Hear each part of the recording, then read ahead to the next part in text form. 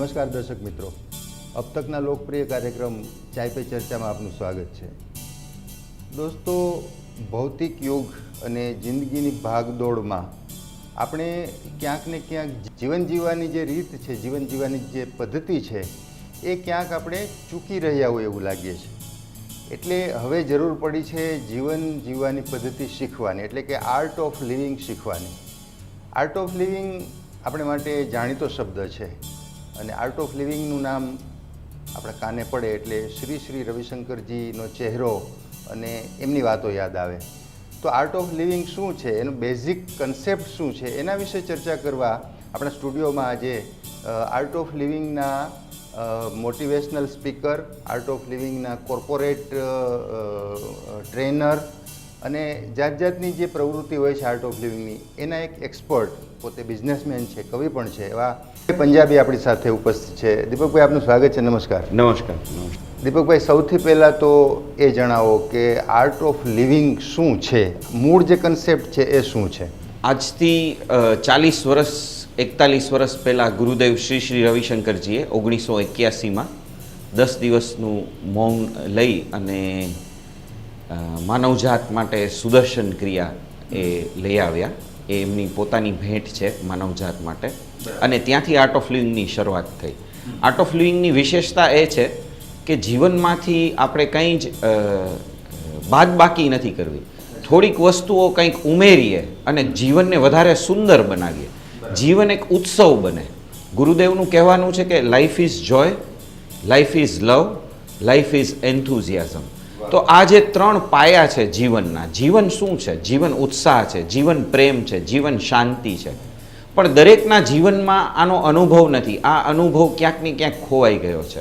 એક બાળક તરીકે આપણે પૂરા ઉત્સાહ સાથે, પૂરા આનંદ સાથે, પૂરા પ્રેમ સાથે, નિર્દોષ ભાવ સાથે જીવન જીવતા હતા, પણ જેમ જેમ આપણે મોટા થઈએ છીએ, જીવનમાં ઘણી બધી વસ્તુઓ પ્રાપ્ત કરીએ છીએ, ઘણી બધી સફળતાઓ પ્રાપ્ત કરીએ છીએ, પણ એ જીવનની ખુશી ક્યાંક પાછળ ખોવાઈ જાય છે।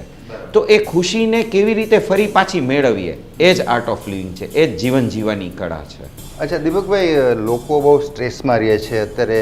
મેં પહેલાં કીધું એમ ભાગદોડ ભરી જિંદગી છે, એટલા બધા ટેન્શન છે બિઝનેસના, વિદ્યાર્થીઓને અભ્યાસના, તો એની વચ્ચે તમે કીધું કે life is joy, life is enthusiasm, તો એ કેવી રીતે આવે?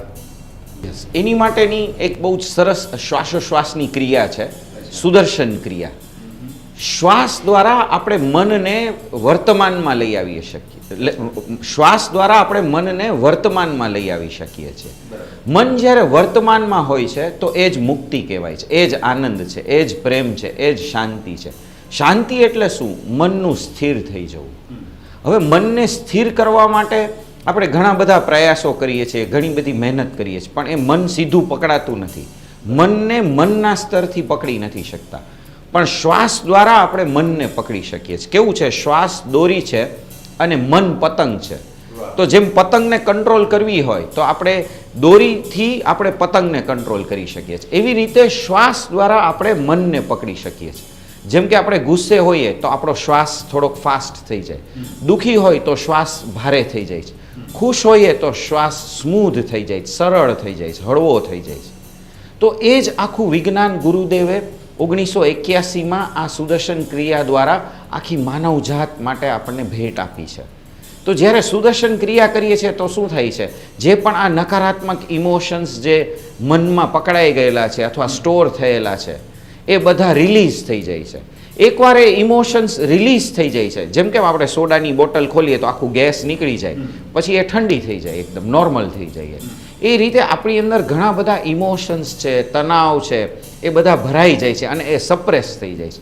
એ સપ્રેસ થવાના કારણે શું થાય છે કે શરીરના અલગ અલગ ભાગમાં જઈ અને એ સ્ટોર થઈ જાય છે। એ તણાવ કહીએ આપણે, કે નેગેટિવ ઇમોશન્સ કહીએ, અને પછી એ વોલ્કેનો રૂપે આપણી અંદરથી એ ફાટે છે। પછી એ ડાયાબિટીસ હોય કે બ્લડ પ્રેશર હોય કે હાર્ટ એટેક આવે કે બ્રેઇન સ્ટ્રોક આવે, કાં કિડની ખરાબ થાય, કાં ઘૂંટણના દુખાવા થાય, જોઈન્ટ પેઇન થાય, આ બધું શું છે? સપ્રેસ થયેલો તણાવ। તો સુદર્શન ક્રિયા શું કરે છે? શ્વાસોશ્વાસની એવી એક ડાયનામિક રિધમ છે કે જેના દ્વારા આપણા દરેક સેલમાંથી એ તણાવ બહાર નીકળે છે, અને ફક્ત થોડીક મિનિટ, 10-15 મિનિટ રોજ પ્રેક્ટિસ કરવાથી આ તણાવ દૂર થઈ જાય છે. જેમ કે કોઈ બોર્ડ ઉપર કોઈ ટીચર ક્લાસ લે તો શું કરે છે, ક્લાસ લેતા પહેલાં લખેલું બધું ભૂસી નાખે છે.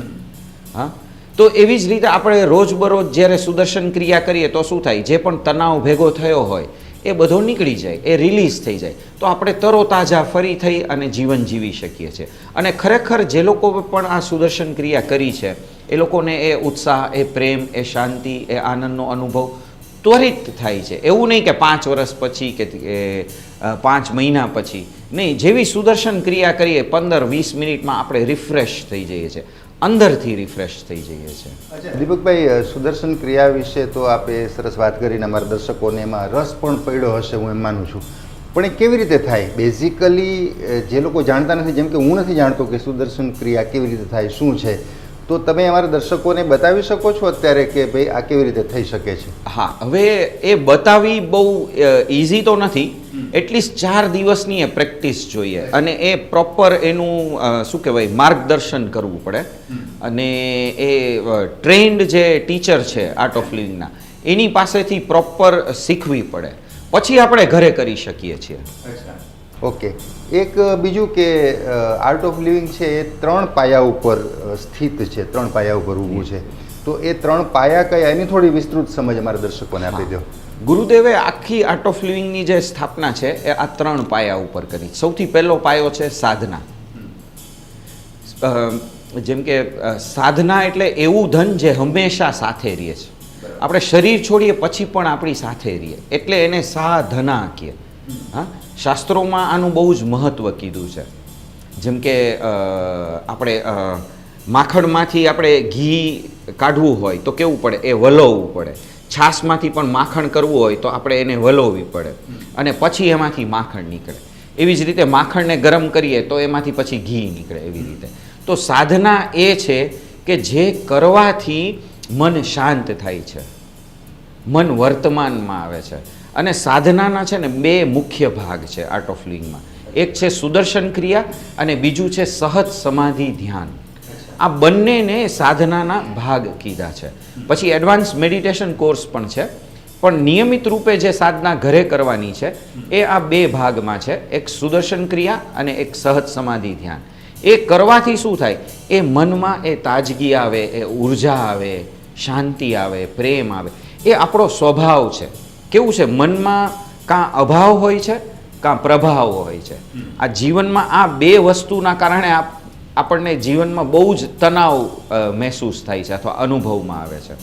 તો સ્વભાવમાં લઈ આવવા માટે સાધના જરૂરી છે. એના બીજા 2 પાયા છે, જેમ કે સેવા અને સત્સંગ. એ શું છે? હા, સેવા એ આનંદ છે. સેવા આનંદની પરાકાષ્ઠા છે. જેમ કે એક બાળક માટે કંઈક મળે તો એને આનંદ થાય, પણ મોટાનો આનંદ કેવો હોય, વડીલોનો આનંદ કેવો હોય? આપણે દાદા દાદીને યાદ કરીએ કે માતા પિતાને યાદ કરીએ તો શું યાદ આવે? કે એ લોકોએ આપણા જીવનમાં એની ખુશીનો ત્યાગ કરીને આપણને કંઈક આપ્યું છે. એવી જ રીતે કોઈ પણ નાગરિક કે કોઈ પણ સિટીઝન કે કોઈ પણ વ્યક્તિ, આપણે સામાજિક વ્યક્તિ કહીએ, સમાજ કહીએ, તો એ પરિપક્વ ક્યારે કહેવાય? જ્યારે એ પોતાના સુખની ચિંતા ના કરે પણ બીજાના સુખની ચિંતા કરે. આજે જુઓ, દિવ્ય સમાજનું નિર્માણ એટલે શું? કે બીજાના જીવનમાં ખુશી લઈ આવીએ તો દિવ્ય સમાજ છે. એવો સમાજ કે જ્યાં વ્યક્તિ ખાલી પોતાની જ ખુશીની ચિંતા કરે, હા, તો એ સ્વાર્થી થઈ જાય છે અને ક્યાંક જઈને એનો વિકાસ અટકી જાય છે. એટલે આજકાલ આપણે સમાજમાં જોઈએ તો ખાલી જીડીપીની વાતો નથી, અત્યારે હેપીનેસ ઇન્ડેક્સની વાત થઈ છે. એ હેપીનેસ ઇન્ડેક્સ શું છે? આપણા શાસ્ત્રોમાં એને નિષ્કામ કર્મ કીધું છે, સેવા કીધી છે. જ્યારે આપણે સેવા કરીએ છીએ તો આપણી અંદર રહેલો આનંદ ઓર ફેલાય છે અને જેટલો આનંદ ફેલાય છે એટલી જ આનંદની અનુભૂતિ ફરીને પાછી વ્યક્તિના જીવનમાં પણ આવે છે. બસ એ જ સેવા છે. સ ઈવા, ઈવા એટલે પ્રકૃતિ, પ્રકૃતિ જેવા થવું.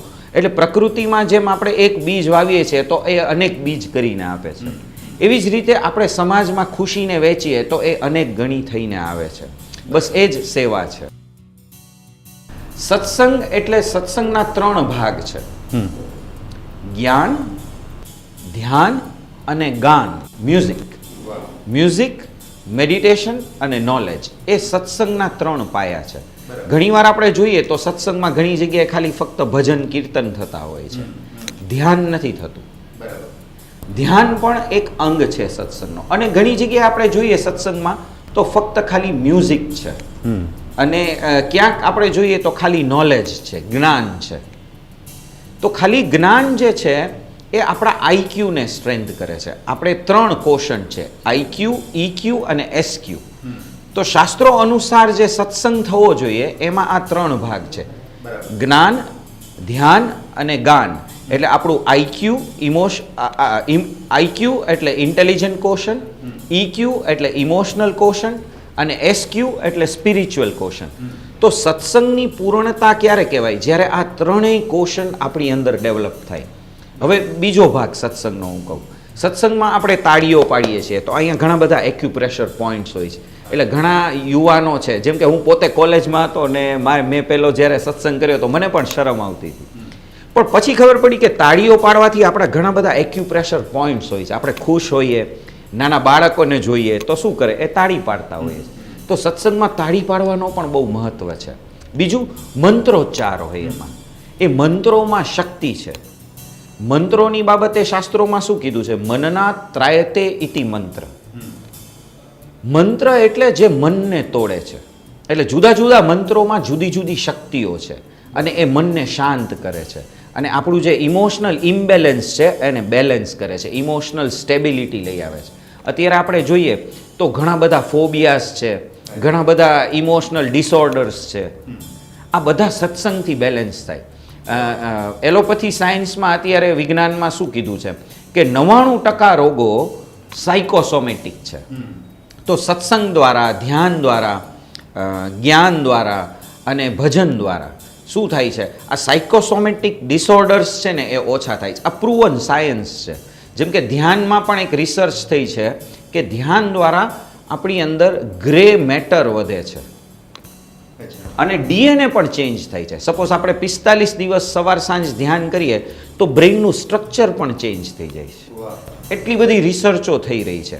અને એક દુઃખની બાબત એ છે આમ કે ભારતમાં તો યોગનો પ્રચાર પ્રસાર થઈ રહ્યો છે, પણ ભારત બહારના લોકો જે છે, સિટીઝન્સ છે, એ યોગને આપણા કરતાં પણ વધારે સારી રીતે સ્વીકારી રહ્યા છે અને એનો પ્રચાર પ્રસાર કરી રહ્યા છે. આપણા કરતાં વધારે સ્પીડમાં એ લોકો એ સ્વીકારી રહ્યા છે. બરાબર છે. અચ્છા દીપકભાઈ, આર્ટ ઓફ લિવિંગની અલગ અલગ શિબિરો થતી હોય છે, જેમ કે બાળકો માટે અલગ છે, કોર્પોરેટ્સ માટે છે. તો એ કયા પ્રકારના એ પ્લેટફોર્મ કયા હોય છે? બાળકો માટે અલગ, કોર્પોરેટ માટે, યુવાનો માટે. તો આખી વ્યવસ્થા શું છે અને કેટલા દિવસની હોય છે? એમાં તમે કયા પ્રકારનું ટ્રેનિંગ પ્રકારનું કંઈ આપતા હો છો કે કેમ? આખું કન્સેપ્ટ શું છે એનો? વાહ, બહુ સરસ પ્રશ્ન છે આ. થોડોક લાંબો પણ ઉત્તર રહેશે આમાં. સૌથી પહેલાં તો કહીએ કે ગુરુદેવે આખું આર્ટ ઓફ લિવિંગ શરૂ કર્યું છે તો દરેક વર્ગ માટે એમણે કંઈક ને કંઈક આપ્યું છે. તો એમાં ખાસ કરીને બાળકોથી શરૂઆત કરીએ આપણે સૌથી પહેલાં, કારણ કે બાળકો જ આપણું ભવિષ્ય છે. તો બાળકો માટે ઉત્કર્ષ યોગા છે, મેધા યોગા છે, જેને આપણે આર્ટ એક્સેલ કોર્સ અને યુથ કોર્સ પણ કહીએ છીએ. અને ત્રીજો બહુ જ પાવરફુલ પ્રોગ્રામ છે ઇન્ટ્યુશન પ્રોગ્રામ, જેને આપણે કહીએ છીએ પ્રજ્ઞા યોગ, જે આપણે બાળકો બ્લાઇન્ડ ફોલ્ડ કરીને બધું જોઈ શકે, વાંચી શકે, ભવિષ્યવાણી કરી શકે. ઘણા એવા બાળકો છે જેને એક્ઝામમાં શું આવવાનું છે એ પણ ખબર પડી જાય છે. ઘણી વસ્તુઓ એ લોકો સેન્સ કરે છે, એટલે છઠ્ઠી ઇન્દ્રિય ડેવલપ થાય છે. તો બાળકોના આ 3 મુખ્ય કોર્સ છે, ઉત્કર્ષ યોગા, મેધા યોગા અને પ્રજ્ઞા યોગા. 8 થી 13 વર્ષના, 13 થી 17 વર્ષના અને 8 થી 17 વર્ષના બધા જ બાળકો માટે પ્રજ્ઞા યોગા પણ છે. સાથે સાથે યુથના પણ પ્રોગ્રામ્સ છે, યુથ એમ્પાવરમેન્ટ સેમિનાર અને સ્કિલ્સ વર્કશોપ. હું બહુ સરસ રીતે અહીંયા શેર કરું તો રાજકોટમાં આપણે આરકે યુનિવર્સિટીમાં આખો MOU કર્યું છે અને એ નેક્સ્ટ 5 વર્ષમાં આપણે દરેક બાળકને આ યુથ એમ્પાવરમેન્ટ સેમિનાર કરાવવાના છીએ. અને હાલ અત્યારે 1800થી પણ વધારે બાળકોએ આ શિબિરનો લાભ લીધો છે. અને એ લોકોની જે યુથની જે અત્યારે ચેલેન્જીસ છે, એ લોકોના જે પ્રોબ્લેમ્સ છે, ઇમોશનલ લેવલે કાં ઇન્ટેલેક્ચ્યુઅલ લેવલે, અથવા આપણે કહીએ તો ઓવર ઇન્ફોર્મેશન જે મળે છે, રિલેશનશિપના ઇસ્યુઝ હોય છે, જનરેશન ગેપ હોય છે, તો એ બધા જ ઇશ્યુઝ એમાં આપણે સોલ્વ કરીએ છીએ. સાથે સાથે પબ્લિક સ્પીકિંગ છે, ઈગોને કેવી રીતે હેન્ડલ કરવાનું, સુસાઇડલ ટેન્ડન્સીસ છે, બીજા બધા ઘણા બધા ઇશ્યુઝ જે ડિપ્રેશનના ઇશ્યુઝ છે, સ્ટેજ ફિયર છે. તો આને લઈને આખો આ બહુ સરસ યુથ માટેનો પણ પ્રોગ્રામ છે. એનાથી આગળ કોર્પોરેટ પ્રોગ્રામ્સ છે જે કોર્પોરેટ કંપનીઝમાં આપણે કરીએ છીએ અને બહુ સરસ ચાલી રહ્યા છે એ પણ. પછી ગવર્મેન્ટ માટેના પણ પ્રોગ્રામ્સ છે. ગવર્મેન્ટ એમ્પ્લોઈઝને પણ સ્ટ્રેસ હોય છે, પણ એ જુદા લેવલના સ્ટ્રેસીસ હોય છે. મિલિટરીમાં પણ આપણા કોર્સિસ થાય છે, પેરામિલિટરીમાં કોર્સિસ થાય છે, એવી રીતે. તો બધી જગ્યાએ અલગ અલગ રીતે ટેલર મેડ આખા એ પ્રોગ્રામ્સ બનાવવામાં આવે છે જે એમની જરૂરિયાત હોય એ રીતે. એવી રીતે સિવિલિયન્સના કોર્સિસ પણ થતા હોય છે, જનરલ પબ્લિક માટે પણ પ્રોગ્રામ્સ થતા હોય છે, સિનિયર સિટીઝન માટે પ્રોગ્રામ્સ થતા હોય છે, પ્રેગ્નન્ટ વુમન જે હોય એની માટે પણ પ્રોગ્રામ્સ થતા હોય છે. એવી રીતે 57 જાતના અલગ અલગ કોર્સિસ છે, જેમાં હોલિસ્ટિક કુકિંગ માટેના કોર્સિસ છે, કિચન ગાર્ડનના કોર્સિસ થતા હોય છે કે તમે ઘરે જ કેમિકલ ફ્રી સબ્જીઓ ઉગાડી શકો તમે ઘરે બેઠા. એવી રીતે ઓર્ગેનિક ફાર્મિંગના કોર્સિસ થતા હોય છે. એવી રીતે ગુરુદેવે 57 પ્રકારના આવા અલગ અલગ કોર્સિસ આપ્યા છે જે એકચ્યુઅલી હું જ્યારે 1996માં જોડાણો અને જ્યારે અમે આ બધું જોયું તો મારી ફર્સ્ટ ફિલિંગ અથવા મારો ફર્સ્ટ એક્સપિરિયન્સ શું હતો કે એકચ્યુઅલી આ બધું તો સ્કૂલોમાં ને કોલેજોમાં શીખવાડવું જોઈએ. આ આપણી એકચ્યુઅલી ગુરુકુલ પરંપરા છે અને આ ખરેખર દરેક સ્કૂલમાં દરેક કોલેજમાં પણ શીખવાડવામાં આવવું જોઈએ. અને આર્ટ ઓફ લિવિંગની દરેક શિબિરમાં એક બહુ જ મસ્ત વસ્તુ શું છે કે સર્વધર્મ સ્વીકાર. આપણે કોઈ જ ધર્મના કે જ્ઞાતિના લોકોનો શું કહેવાય હા વાળાબંધી નથી. આર્ટ ઓફ લિવિંગ એટલે આર્ટ ઓફ લિવિંગ છે. એટલે આર્ટ ઓફ લિવિંગની ખૂબી જે આપણે કહીએ ને તો એ સૌથી ઉચ્ચ ખૂબી શું છે કે આર્ટ ઓફ લિવિંગમાં બધા જ ધર્મના, જાતિના, જ્ઞાતિના ફોલોવર્સ છે પ્લસ એના ટીચર્સ છે. આ ખૂબી છે એમ કે ભાઈ ઈરાનમાં પણ આપણા ટીચર્સ છે, ઈરાકમાં પણ ટીચર્સ છે, પાકિસ્તાનમાંય ટીચર છે, અમેરિકામાંય ટીચર છે, ઓસ્ટ્રેલિયામાંય ટીચર છે, ન્યૂઝીલેન્ડમાંય ટીચર છે, જપાનમાંય ટીચર્સ છે, ચાઇનામાંય ટીચર્સ છે, રશિયામાં ટીચર્સ છે, યુક્રેનમાં પણ આપણા આર્ટ ઓફ લિવિંગના ટીચર્સ છે. દેશોમાં ચાલે છે અત્યારે આર્ટ ઓફ લિવિંગ 156 કન્ટ્રીઝમાં ચાલી રહ્યું છે. વાહ. અચ્છા દીપકભાઈ, બીજી ઘણી બધી સાધના પદ્ધતિઓ આપણે ત્યાં અમલમાં છે, જેમ કે વિપશ્યના છે, આ તે ઘણું બધું છે. આપણે જુદા ક્યાં પડે છે? આર્ટ ઓફ લિવિંગ બીજા કરતાં, બીજી પદ્ધતિઓ કરતાં ક્યાં જુદું પડે છે? આ થોડોક આમ મુશ્કેલ સવાલ છે. આમ જો બધા જ માર્ગ છે ને એ બહુ જ ઉત્તમ માર્ગ છે.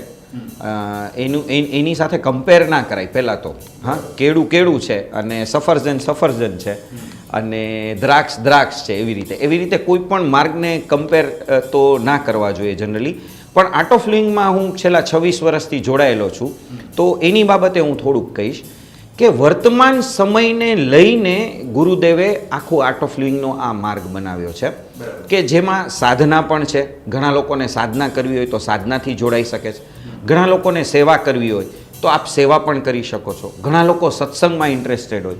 હમણાં જ આપણે બહુ જ સરસ સચિનભાઈ લીમયે સાથે 13 મેના દિવસે બહુ સરસ સત્સંગનો કાર્યક્રમ કરેલો, તો સત્સંગથી જોડાયેલો છે. ઘણા લોકોને મૌનની ઈચ્છા હોય તો મૌન પણ છે આ માર્ગ ઉપર. એવી રીતે બધું જ છે આ માર્ગ ઉપર. ગુરુદેવે આમ 56 ભોગની થાળી રાખી છે, એટલે જે પણ આમ આપણને પ્રિય લાગે એ બધું જ અહીંયા અવેલેબલ છે એવી રીતે. બરાબર.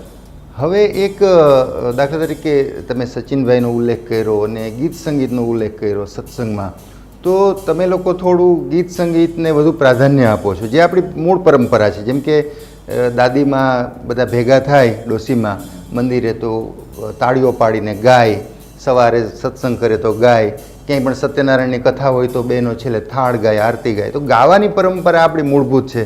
તો એ વસ્તુને તમે પણ જીવંત રાખી છે, અથવા તાળી પાડવાનો જે સિદ્ધાંત તમે સમજાવ્યો એક્યુપ્રેશરવાળો, તો એને તમે કેવી રીતે ટૂંકમાં એનું ઇન્ટ્રોડ્યુસ કરવાનું કારણ શું આ પ્રકારના સત્સંગમાં મ્યુઝિકને? મ્યુઝિક છે ને એ જો આપણે જોવા જઈએ ને તો બધા જ રિલિજનમાં, બધી જ કન્ટ્રીઝમાં સ્વીકાર્ય છે. પણ આપણી સંસ્કૃતિ જો જોઈએ તો એમાં સાત્વિક ઉત્સવ. સંગીત વગર છે ને ઉત્સવ અધૂરું લાગે. હા, સંગીત એ પણ એક સાધના છે ઇટસેલ્ફ. અને સંગીત એ અવસ્થાએ લઈ જાય છે કે જ્યાં આપણે ભાવ સમાધિને તુરંત કોઈ પણ પ્રયત્ન વગર આપણે પ્રાપ્ત કરી શકીએ છીએ. જેમ કે ભક્તિ જે છે એ માર્ગ પણ છે અને પ્રસાદ પણ છે. એ રીતે સંગીત દ્વારા આપણે ઈશ્વરની પ્રાપ્તિ બહુ સરળતાથી કરી શકીએ છીએ. તો સંગીતને એટલા માટે પ્રાધાન્ય આપવામાં આવે છે. સંગીત આપણે જો સંગીતનો વિષય લઈએ ને તો આખું એક સેશન થઈ શકે. આપણા વેદો પણ આપણે જોઈએ ને તો એ પણ ગવાયા છે. બરાબર, ભગવદ્ ગીતાને પણ ગીતા કહેવામાં આવી છે, ઉદ્ધવ ગીતાને પણ ગીતા કહેવામાં આવી છે. શું કામ? ગાયન એ છે ને જીવનનો એક ઉત્કૃષ્ટ અનુભવ છે, પરાકાષ્ઠા છે જીવનની. એટલે જ્યારે વ્યક્તિ ખુશ થઈ જાય ને ત્યારે એ ગાતો હોય. ભલે ને એ ઘણીવાર આપણે વાત કરીએ કે ઇઝ અ બાથરૂમ સિંગર ઓર કે એવી રીતે વાત કરીએ છીએ કટાક્ષમાં, પણ એ સિંગિંગ એક અલ્ટિમેટ બ્લોસમિંગ છે લાઈફનું. આપણે એક સ્કૂલ પણ ચલાવીએ છીએ, આર્ટ ઓફ લિવિંગની એક સ્કૂલ પણ છે. તો એના વિશે પણ થોડી માહિતી આપી દો કે મને એટલી તો ખબર છે કે એ બીજી શાળાઓ કરતાં કંઈક અલગ હશે. હવે થોડીક આમાં હિસ્ટ્રી લઈ લઉં કે આર્ટ ઓફ લિવિંગની શરૂઆત એક ફ્રી સ્કૂલથી થયેલી છે. આર્ટ ઓફ લિવિંગ સંસ્થા છે એ બેંગ્લોરમાં ગુરુદેવે એક ફ્રી સ્કૂલ ટેક ઓવર કરી હતી અને એ લોસમાં ચાલતી હતી. અને ત્યાંથી પછી આર્ટ ઓફ લિવિંગની શરૂઆત થઈ. એ સ્કૂલ હજી પણ આપણી સંસ્થા ચલાવી રહી છે અને ત્યાં લગભગ 2,500 થી 3,000 બાળકો આજની તકે પણ ફ્રી ભણી રહ્યા છે. એવી 700થી પણ વધારે ફ્રી સ્કૂલ્સ આખા ઇન્ડિયામાં આપણી ચાલી રહી છે. આપણે જે ડોનેશન્સ આવે છે એ બધું આમાં ફંડ વપરાય છે. નેચરલ કેલામિટીઝ હોય કે બીજા વુમેન એમ્પાવરમેન્ટના પ્રોજેક્ટ્સ હોય, પ્રિઝનના પ્રોજેક્ટ્સ હોય, રિવર રિજ્યુવેનેશનના 48 નદીઓ આપણે રિવાઇવ કરી છે. આ બધું ફંડ એમાં વપરાય છે. સાથે સાથે આપણી પેઇડ સ્કૂલ્સ છે, લગભગ 90થી વધારે આપણી પેઇડ સ્કૂલ્સ છે કે જેમાં આ સાંસ્કૃતિક જ્ઞાન છે, આપણી પરંપરાઓનું જે જ્ઞાન છે, યોગનું જે જ્ઞાન છે, એની સાથે જ વેસ્ટર્ન એજ્યુકેશન, આ બંનેનું શું કહેવાય, બંનેનું મિલન એક સાથે એક જગ્યા પર તમને ઈસ્ટ અને વેસ્ટનું બેસ્ટ નોલેજ અવેલેબલ થાય એવી આપણી આર્ટ ઓફ લિવિંગની સ્કૂલ છે. રાજકોટમાં પણ આપણે એક સ્કૂલ છે. બરાબર, અને એની વિગત. હા, રાજકોટની પણ એ બહુ જ સરસ સ્કૂલ છે અહીંયા આપણે વેઝા ગામમાં. ત્યાં પણ તમે જોડાઈ શકો. ફર્સ્ટ સ્ટાન્ડર્ડથી લઈ 10th સ્ટાન્ડર્ડ સુધી છે. CBSEની સ્કૂલ છે અને સિટી કેમ્પસ પણ છે. એવી જ રીતે આપણી યુનિવર્સિટી પણ છે. ઓરિસ્સામાં આપણી શ્રી યુનિવર્સિટી છે અને એનું પણ બહુ જ રેન્કિંગ હાઈ છે. એવી રીતે ત્યાં પણ યુથને આખું આ સરસ એજ્યુકેશન આપવામાં આવે છે. ડ્રગ ફ્રી એન્વાયરમેન્ટ, પછી રેગિંગ ના થાય એવી રીતે આખું alcohol free, drug free environment, એવી રીતે બહુ સરસ વાતાવરણમાં એ યુનિવર્સિટી ચાલી રહી છે. આર્ટ ઓફ લિવિંગ છે માત્ર એમ કે ખાલી ધ્યાન કરાવે કે સત્સંગ કરાવે એવું નથી, પણ તમે જે રીતે કીધી સોશિયલ રિસ્પોન્સિબિલિટીઝ, જેમ કે નેચરલ કેલેમિટીમાં તમે કામ કરો છો, તો નદીઓનું પાછું જે કામ તમે કરો છો, તો માત્ર આર્ટ ઓફ લિવિંગ એટલે ધાર્મિક કે સત્સંગ એવું નહીં, પણ સામાજિક જવાબદારીઓ પણ નિભાવો છો. યસ. હા, હાલ અમે અઠવાડિયા કે 10 દિવસ પહેલાં જ એક બહુ સરસ અહીંયા જોબ ફેર પણ રાખેલો કે જેમાં આપણે ભાઈઓને બહેનોને બહુ જ સરસ જોબ મળે એની માટે પણ આખી આપણે ટ્રેનિંગ કરવાના છીએ અને એમાં બહુ સારો પ્રતિસાદ મળ્યો છે. 750થી વધારે એપ્લિકેશન્સ એમાં પણ આવી છે અને એ ટૂંક સમયમાં એ પણ ટ્રેનિંગ ચાલુ થઈ જશે અને જેમાં કન્ફર્મ જોબ મળશે બધાને. વાહ, હા, બહુ સરસ. દીપકભાઈ, જે તમે લોકો ટીચર હો છો આર્ટ ઓફ લિવિંગના, કે જે તમે શિબિરો હેન્ડલ કરતા હો છો કે મોટિવેશનલ સ્પીચ આપતા હો છો, તો લોકોના મનમાં એક એવો ખ્યાલ હોય કે તમે આ સફેદ કપડાં પહેરેલા છે અને વાળ લાંબા છે તો એક સાધુ જેવું જીવન જીવો છો અને તમે ટોટલી એને ડિવોટેડ છો આર્ટ ઓફ લિવિંગને. પણ વાસ્તવમાં એવું હોય છે કે તમારે પોતાનો બિઝનેસ હોય છે, તમારે પોતાનો પરિવાર હોય છે અને આ તો એક નોન પ્રોફેશનલી તમે સેવા કરતા હો છો. કયા પ્રકારનું હોય છે? યસ, થોડીક વિગત આપું તો આર્ટ ઓફ લિવિંગમાં અત્યારે ઇન્ડિયામાં 25,000થી પણ વધારે શિક્ષકો છે. એમાંથી 80-90 જ સંન્યાસીઓ છે. ખાલી ફક્ત 80થી 90 જ સંન્યાસીઓ છે અને એ પણ સ્વેચ્છાએ. એટલે તમે એ પર્સન્ટેજ તમે ગણી શકો છો કેટલો ઓછો છે. જેમ કે રાજકોટમાં પણ અમારે એક સ્વામીજી છે, પણ એના ઘરે જ રહીને સેવા કરે છે. એવી રીતે જેમ કે હું અને મારી વાઈફ છીએ તો અમે ફૂલ ટાઈમ ટીચર છીએ, પણ અમારો પણ સાઈડ બિઝનેસ છે, અમારી સાઈડ ઇન્કમ છે. એવી રીતે એટલે એવું જરૂરી નથી કે આપણે સંસાર છોડીને. ગુરુદેવનું કહેવું શું છે કે સંસારમાં રહીને સેવા કરવાની છે, બધાને સાથે લઈને સેવા કરવાની છે. ગુરુજીનો એક બહુ સરસ સ્લોગન છે, કુછ જાન કે ચલો કુછ માન કે ચલો, સબકો અપના બના કે ચલો. બરાબર છે. અચ્છા, એ લોકોને આર્ટ ઓફ લિવિંગમાં જોડાવવું છે. આ પ્રોગ્રામ સાંભળીને, તમારી વાતો સાંભળીને લોકોને, અમારા દર્શકોને માનો કે આર્ટ ઓફ લિવિંગમાં રસ પડ્યો અને સુદર્શન ક્રિયા, સત્સંગ વગેરે વગેરે જે છે તમારી જે તમારા પાયા, જે તમારા સ્ટેજીસ, એને એમાં જોડાવવું છે, તો તમારો સંપર્ક આર્ટ ઓફ લિવિંગની કોઈ ઓફિસ છે, કોઈ કચેરી છે, ક્યાં સંપર્ક કરે? ઓનલાઈન કોઈ જોડાઈ શકે છે? ક્યાં આપણી શિબિરો થાય છે? ક્યાં આપણા સત્સંગ કેન્દ્રો છે કે લોકો ત્યાં આવી શકે, તમારો સંપર્ક કરી શકે? હા, આપણી વેબસાઇટ છે www.artofliving.org. એમાં આખા વિશ્વના બધા જ કેન્દ્રોની માહિતી છે, રાજકોટની પણ બધી માહિતીઓ છે, રાજકોટના બધા શિક્ષકોની માહિતીઓ છે. અને રાજકોટમાં સપોઝ કોઈ એરિયામાં તમારે પ્રોગ્રામ કરવું તો એનું લોકેશન સાથે બધી ડિટેલ્સ અવેલેબલ હોય છે. www.artofliving.org ઉપર તમે જશો તો એ વેબસાઇટ ઉપર બધી ડિટેલ્સ મળશે, બધા અલગ અલગ પ્રોગ્રામ્સની ડિટેલ મળશે. આપણા લગભગ 14થી વધારે આશ્રમો છે.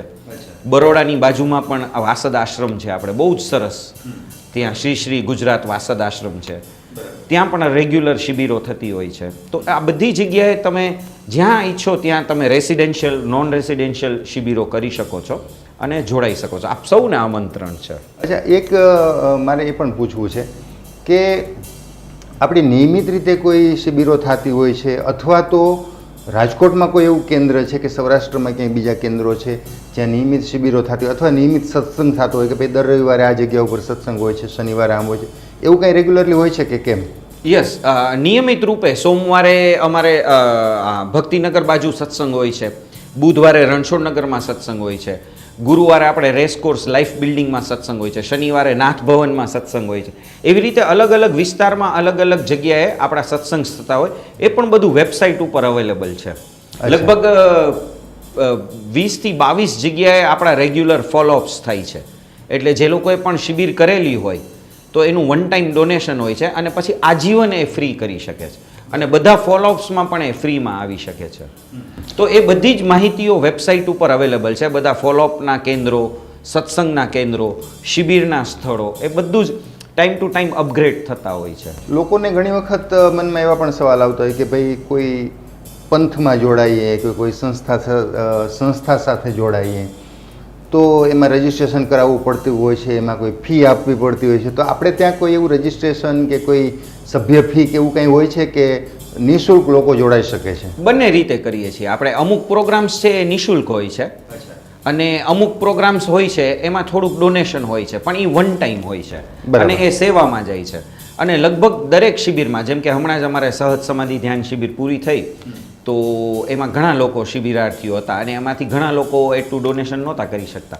એટલે એ આપણે એવું કમ્પલસરી નથી, જે લોકો અમુક જ ડોનેશન કરી શકે તો એ એટલું કરે, બાકીનું એવું કમ્પલસરી નથી. પણ જે લોકો પણ ઈચ્છા ધરાવે, અમે એટલું ચોક્કસ કરીએ કે ભાઈ તમારે શિબિર પૂરી કરવાની છે, અમારો આગ્રહ ફક્ત એટલો હોય છે. અચ્છા, આવતા દિવસોમાં કોઈ એવી શિબિર આપણે ત્યાં આવી રહી છે અથવા બીજો કોઈ પ્રોગ્રામ એવો આવી રહ્યો છે? હા, આવતા સમયમાં આપણે હેપીનેસ પ્રોગ્રામ આવી રહ્યા છે, પછી યુથના પ્રોગ્રામ્સ આવી રહ્યા છે, પ્લસ એડવાન્સ મેડિટેશન કોર્સ થઈ રહ્યો છે. વાસદ આશ્રમમાં બહુ જ સરસ DSN પ્રોગ્રામ થઈ રહ્યો છે, જે હું જ લેવાનો છું, તો આપ બધા જોડાઈ શકો છો. એટલે બધા જ કાર્યક્રમો બેક ટુ બેક કવર્ડ છે. અને 13મી જુલાઈએ બહુ સરસ આપણે ગુરુ પૂર્ણિમાનો પણ ઉત્સવ કરીએ છીએ, જેમાં આપણા ઇન્ટરનેશનલ સિંગર શ્રી વિક્રમભાઈ હાજરા પણ અહીંયા રાજકોટ પધારવાના છે. એ બહુ રેર છે. આપણે જો આ ભજન સાંભળ્યું હોય, અચ્યુતમ કેશવમ કૃષ્ણ દામોદરમ રામનારાયણમ જાનકી વલ્લભમ, એ જે ફેમસ થયું છે એ વિક્રમભાઈ હાજરા પોતે અહીંયા રાજકોટ પધારવાના છે 13 જુલાઈના. તો એ પણ બહુ જ મોટો કાર્યક્રમ થવા જઈ રહ્યો છે. આપણે દીપકભાઈ, આપની સાથે વાત કરી તો ઘણું બધું જાણવા મળ્યું. અમારા દર્શકોને પણ ઘણી બધી પ્રેરણા એમાંથી મળી હશે. અને આર્ટ ઓફ લિવિંગ વિશે લોકો ક્યારેક સાવ ન જાણતા હોય, ક્યારેક થોડું ઘણું જાણતા હોય, તો એમને ઘણી બધી માહિતી વિગતવાર મળી ગઈ. ફરી પાછા આપણે તમારી સાથે મુલાકાત કરશું અને અમારા દર્શકોને વિશેષ વિગતોથી વાકેફ કરાવશું. અત્યારે આપણી એક સમયની મર્યાદા છે એટલે અમારા દર્શકોને આપનો એક સંદેશો આપી દો. જીવન બહુ જ અમૂલ્ય છે, હા, એમાં પણ માનવ જીવન. એવું કહેવાય છે શાસ્ત્રોમાં કે સૌથી પહેલું સૌભાગ્ય છે ને એ મનુષ્ય દેહ પ્રાપ્ત કરવો. એટલે એ આ જે હ્યુમન બોડી છે, મનુષ્ય દેહ છે, એનું ખરેખર રિસ્પેક્ટ કરવું જોઈએ, ઓનર કરવું જોઈએ અને એની મર્યાદાઓ સાચવવી જોઈએ. બીજું છે આત્મજ્ઞાનનો માર્ગ મળવો, હા, આધ્યાત્મિક માર્ગે ચાલવું, આ પણ એક સૌભાગ્ય છે. અને ત્રીજું છે કે સદેહે ગુરુ હોવા જોઈએ જીવનમાં, હા. તો આ ત્રણ મોટા સૌભાગ્ય છે: મનુષ્ય દેહ, આધ્યાત્મિક માર્ગ અને ગુરુ, આત્મજ્ઞાની ગુરુ આપણા જીવનમાં હોય તો હું તમને કહું ને, બધા પ્રોબ્લેમો બહુ જ સરળતાથી આપણે પાર કરી શકીએ છીએ. જીવનમાં ઘણું બધું ઉપર નીચે થતું હોય છે, જેમાં કોવિડનો સમય હતો અને અત્યારે રશિયા યુક્રેન વોર ચાલી રહી છે. એવી રીતે અલગ અલગ ચેલેન્જો તો ચાલતી જ હોય છે જીવનમાં, પણ જ્યારે ગુરુ જીવનમાં હોય ને તો બધું સરળ બની જાય છે, હા. તો બસ બધાને વિનંતી છે કે આપ કોઈ પણ જે ગુરુમાં માનો તમે એ રીતે કોઈ ગુરુને હાથ પકડીને એ આધ્યાત્મિક માર્ગ ઉપર આપની યાત્રા ચાલુ રાખજો. કોઈ પણ તકલીફ આવે, પ્રોબ્લેમ્સ આવે, એને બાજુમાં મૂકી ખૂબ આગળ વધો જીવનમાં અને આત્મજ્ઞાનને પ્રાપ્ત કરો. આત્મજ્ઞાન એ જ સૌથી ઉચ્ચમાં ઉચ્ચ પ્રાપ્તિ છે મનુષ્ય દેહમાં, હા. બાકી બધું તો અહીંયા છૂટી જશે, પણ આત્મજ્ઞાન એવી વસ્તુ છે કે જે જીવનમાં જે જોઈએ, હા, પછી ભૌતિક સફળતા જોઈએ, માન સન્માન જોઈએ, એ બધું જ તમારી પાસે આવશે. જય ગુરુદેવ, નમસ્કાર. તો દર્શક મિત્રો, આર્ટ ઓફ લિવિંગ વિશે ઘણી બધી તલસ્પર્શી માહિતી આપણે દીપકભાઈ પંજાબી પાસેથી સાંભળી. ફરી પાછા કોઈ નવા વિષય સાથે, નવા વિષયના નિષ્ણાત સાથે મુલાકાત કરશું. ત્યાં સુધી રજા આપશો. નમસ્કાર.